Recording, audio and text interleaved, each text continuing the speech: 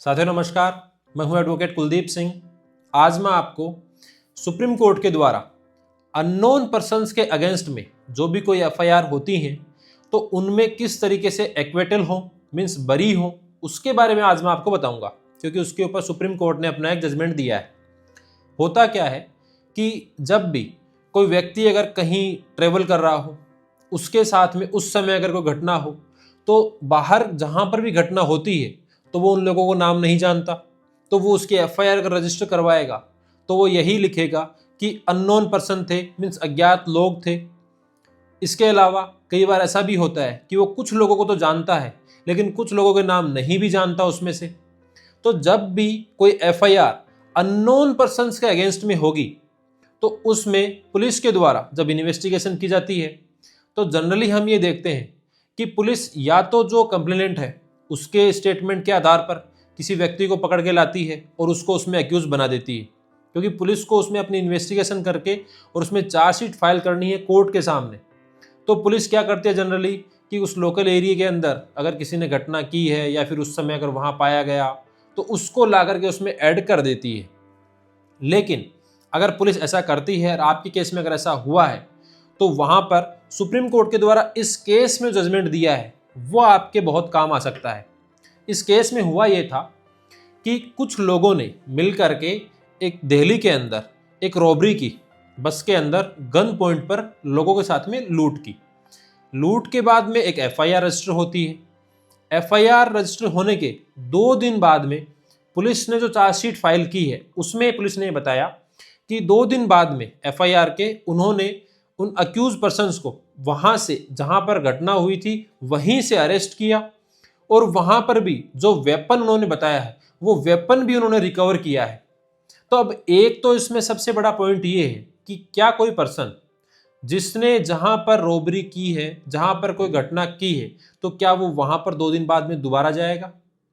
क्या वो वेपन अपने साथ में कैरी करेगा? वो उस वेपन को अपने साथ में रखेगा कि पुलिस उसको वेपन के साथ में पकड़े?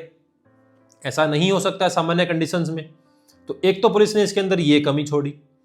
दूसरा, इसके अंदर इस केस में क्या हुआ कि पुलिस के द्वारा कोई आइडेंटिफिकेशन परेड नहीं किया गया। आइडेंटिफिकेशन परेड क्या होती है कि जब भी कोई अननोन पर्सन्स के अगेंस्ट में कोई एफआईआर रजिस्टर होती है तो उसमें पुलिस के द्वारा आइडेंटिफिकेशन परेड की जाती है, जिसमें पुलिस कुछ जो सस्पेक्ट लोग होते हैं कि जो घटना बताई है उस घटना के समय उस लोकेशन में कोई अगर पाए जाते हैं या फिर उस एरिया के अंदर जो फ्रिक्वेंटली जो लोग घटनाएं कर रहे हैं तो उनको खड़ा किया जाता है। जो कंप्लेनेंट होगा और जो आई विटनेस होंगे उनसे पूछा जाएगा कि क्या इनमें से कोई लोग थे वहाँ पर उस समय घटना के समय। तो वो भी आइडेंटिफिकेशन परेड भी वहाँ पर नहीं हुई थी इस केस के अंदर, और हुई थी तो केवल कंप्लेनेंट से पूछा गया था। बाकी जो अदर आई विटनेस थे उनसे कोई आइडेंटिफिकेशन परेड नहीं हुई, जबकि बस के अंदर उस समय तो काफ़ी लोग मौजूद थे जिनके साथ में घटना हुई थी। तो पुलिस ने इस केस के अंदर कोई आइडेंटिफिकेशन परेड नहीं की विटनेसेस के साथ में। तो जब फाइनली ये सुप्रीम कोर्ट के सामने केस गया, 2 लोगों को ट्रायल कोर्ट के द्वारा इसमें कन्विक्ट किया गया, तो सुप्रीम कोर्ट ने इस केस में यही कहा कि जब किसी भी केस के अंदर अननोन पर्सन्स के अगेंस्ट में कोई एफआईआर होती है तो उस एफआईआर के अंदर उस केस में पुलिस को जो इन्वेस्टिगेशन की गई है उसको कोर्ट को ये देखना है कि क्या इन्वेस्टिगेशन सही तरीके से की गई है। सेकंड, उसमें ये देखना है कि क्या पुलिस के द्वारा जिन व्यक्तियों को अरेस्ट किया गया है तो उनको किस आधार पर अरेस्ट किया गया है,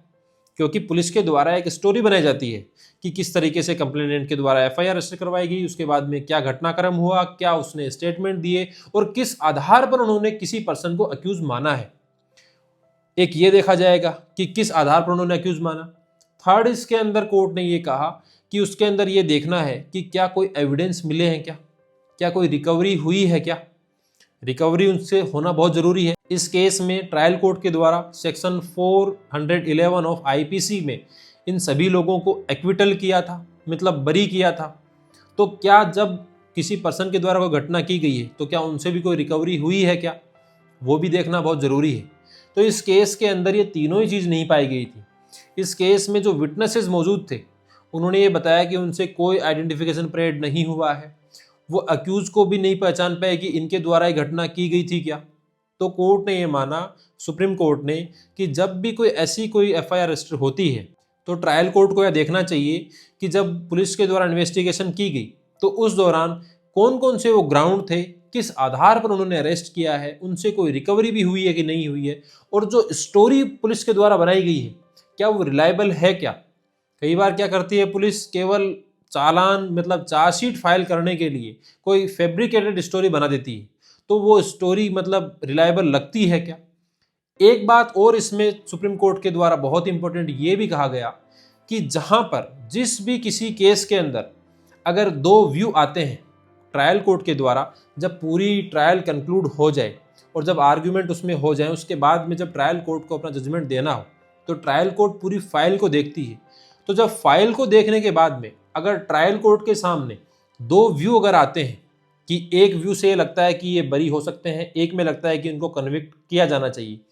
तो ऐसे अगर दो व्यू जहां जिस केस में आएंगे वहां पर ट्रायल कोर्ट को जो व्यू अक्यूज के फेवर में है, जहां जिस व्यू से जो अक्यूज हैं वो अगर बरी हो रहे हैं, वो व्यू लेना है ट्रायल कोर्ट को, ना कि कन्विक्शन वाला व्यू लेना है। ये भी ट्रायल कोर्ट को सुप्रीम कोर्ट के द्वारा इसमें जजमेंट में डायरेक्शन दिए गए हैं। तो अगर आपका केस भी ऐसा ही है जहां पर अननोन पर्सन के अगेंस्ट में एफआईआर थी और फिर पुलिस के द्वारा आपको जानबूझ करके उस केस के अंदर अगर अक्यूज बनाया गया है, तो आप इस जजमेंट के आधार पर बरी हो सकते हैं। तो आई होप सुप्रीम कोर्ट के द्वारा जजमेंट दिया गया है उसके बारे में आपको सही से जानकारी मिली होगी। और अगर कोई व्यक्ति जिसके साथ में ऐसा ही कोई केस चल रहा है, ट्रायल पेंडिंग है अभी, तो वो इस जजमेंट के आधार पर एक्विटल हो सकता है, तो उस व्यक्ति तक ये वीडियो आप ज़रूर पहुंचा दें।